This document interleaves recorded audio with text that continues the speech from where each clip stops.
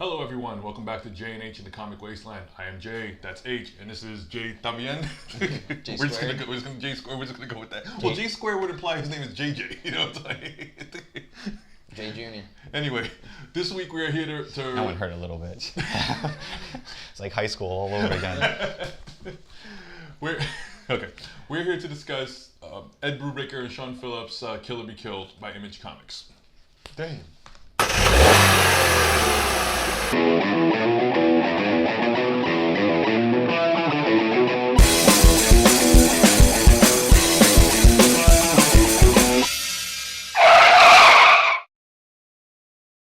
We start off with a guy in a red mask, and it looks like he's in a warehouse, just massacring people. Murking people. Or like an apartment complex or something. And even at one point, he gets punched in the head. Looks like he's about to die, and then he gets his bearings. he's able to get his shotgun, and he whips the dude. But then we realize that that's happening in the future, so So we're not there yet. You're right. The narrator is a guy named Dylan, who's that's where we are now. So he's helping us to figure out how he got there. He's miserable. Yeah, the guy's miserable as fuck. He's right? miserable. That's really what it is. His best friend's banging his roommate. Kyra. This redhead. This Mason's the boyfriend. The younger roommate. Yeah, who's like, I think they said a couple of years younger. 3-4 years younger than him. Which we find out that Dylan almost killed himself initially by popping pills. And Right, that's how it all starts pretty much. And like that's why he gets kicked out of school, and that's why he's a 28-year-old grad student at NYU, I think, right? That's what he said? I think it's, yeah. That's true. And then he's rooming with Mason. He's a cool guy, but also he's like, fuck him because he's banging Kyra, his best friend. Yeah, once Kyra got with him, it's like, now she's Mason's girlfriend. She's not my best friend anymore. Right. Like her being my best friend is kind of secondary. She's every time she's there, it's like, to hang out with Mason.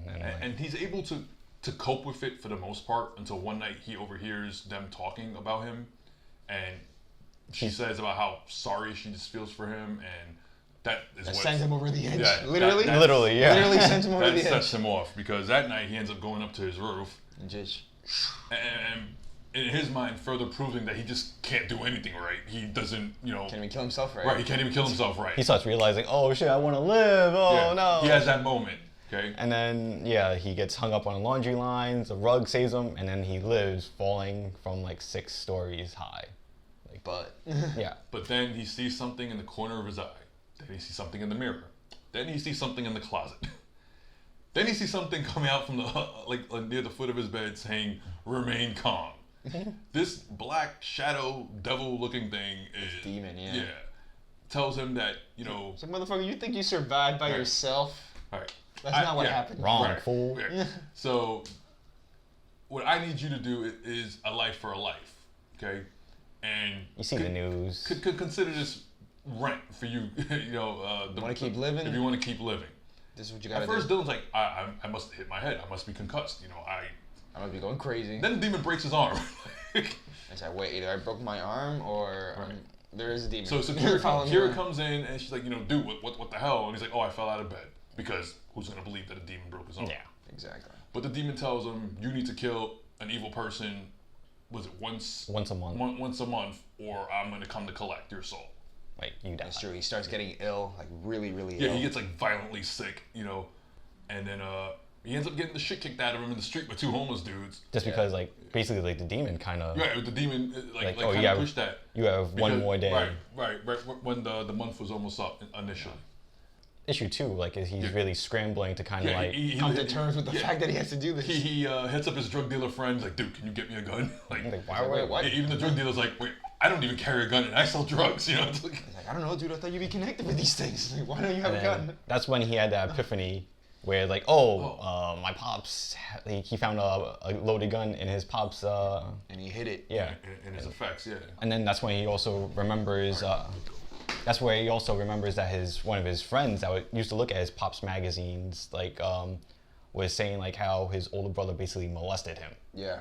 And stuff like that, and he was like, "Oh, well, that's that." It only took him a few minutes to find Mark. Because he totally despises social media. But he's like, Facebook does serve its purpose. He found find information. He found Mark in 5 minutes. Yeah. 5 minutes, and he stalks him. And then like once Mark is outside the bar, he just boop. Yeah, Just waits for him. Yeah, Hey. doesn't even try. Yeah, he just says, this is for Teddy. Teddy was his friend. Because Just apparently, marks him. once Teddy realized what was going on, the guy got into drugs. He ended up freezing to death because he was homeless. In Alphabet City.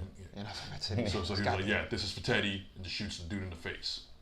And Subsequent, like the subsequent storyline is pretty much just him coming to terms with what he just did, not sure of whether or not this guy was actually I was at fault. Right, Yeah. because when issue 3 begins, Dylan's kind of doubting his own memories. He's like, I do take a lot of pills. And I'm So like, he's fuck, like, wait, did I remember this wrong? Did I just kill an innocent dude? he's constantly checking the He's news. just- yeah, exactly. Scrolling through the news. But then, as it turns out, this guy, Teddy's brother, who Dylan kills, ended up leading to a ring of other Like pedophiles. pedophiles.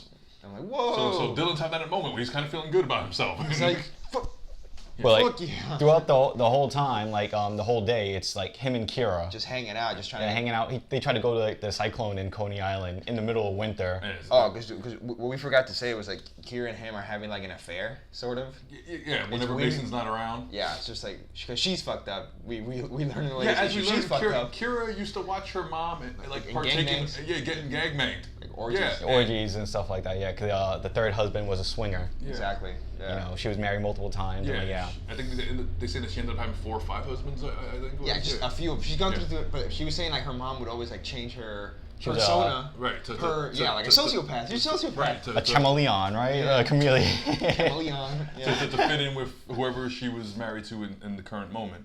And Kyra's like doubting herself maybe because she might be the same way. Yeah, because our therapist was sounding like, oh, you're kind of stuck to where like who you want to be and where you are right now. So yeah, she wants to be with Mason, but she constantly sees herself being with Dylan. Because, yeah, she could be herself around Dylan. Right. Right. She feels that she's changing to be with Mason. Right. To be the person she wants to be, but not the person she is. Right. So they decide to take a day. Go to Coney Island. Go discuss their feelings and the such. And like she's constantly opening up to him, like that's what she's telling him throughout the whole time. And Dylan's thought is like, oh shit, like how can I lie to this girl? She's opening up to me, and like she's complete open book with me, and here I am keeping secrets from her. And then that's when he gets the vindication, saying like, oh, the news broke, like, oh, it led to a child sex ring, Westchester or like, whatever. like, so he's like, score. He's like, I killed the right guy. Okay. The Al Bundy straight. So they end up going to the range. Gun range, and like Kyra's terrible at it. Yeah, Kyra can't shoot for shit, but Dylan shot the fucking CIA like 15 agent. times. Yeah. Even she comments like, "Damn, Dylan." Like, dude, what the fuck? Yeah. That's true. I don't know. And then they end up making out in the back of the cab. the The cab. Uber. Even though they La decided, Uber. even though they decided they're just gonna be friends. He's like, oh, here we go, and Shit's out the window. and he's like, I'm not gonna tell her no. So yeah, so she sticks her tongue in his mouth, but then they go upstairs to the apartment, and guess who's there? Fucking. Who? Well, take a guess, viewers. Take a guess. Mason decided to come back a whole day early. Yeah, he got out early, so yeah, he's like, oh, let me show you how much I miss you, and then like. He's like, oh, like Dylan's like, oh, initially like last month I would have been like kind of fucked up about this, like but then like now it's like, oh, He's on this high that like, nothing's fuck it. gonna bring him down. he's relieved now just because like he's like, oh shit, I got work to do. But like 'cause any typical rom-com, Kira gives him that one look before she goes into the room, like. But again, like I said, Dylan's like, yeah, I'm a little preoccupied at the moment, and he starts looking at the news to see like who he could kill next. And you see the tiny moment where she like when Mason like kisses Kyra, it's like oh you smell weird. I thought she was gonna like smell Dylan, but no, Yeah. she's like, oh that's gunpowder. That's gunpowder. And I'm like oh fuck. That's pretty good. So yeah, this is I think Brubaker and Phillips' second book since their Image exclusive.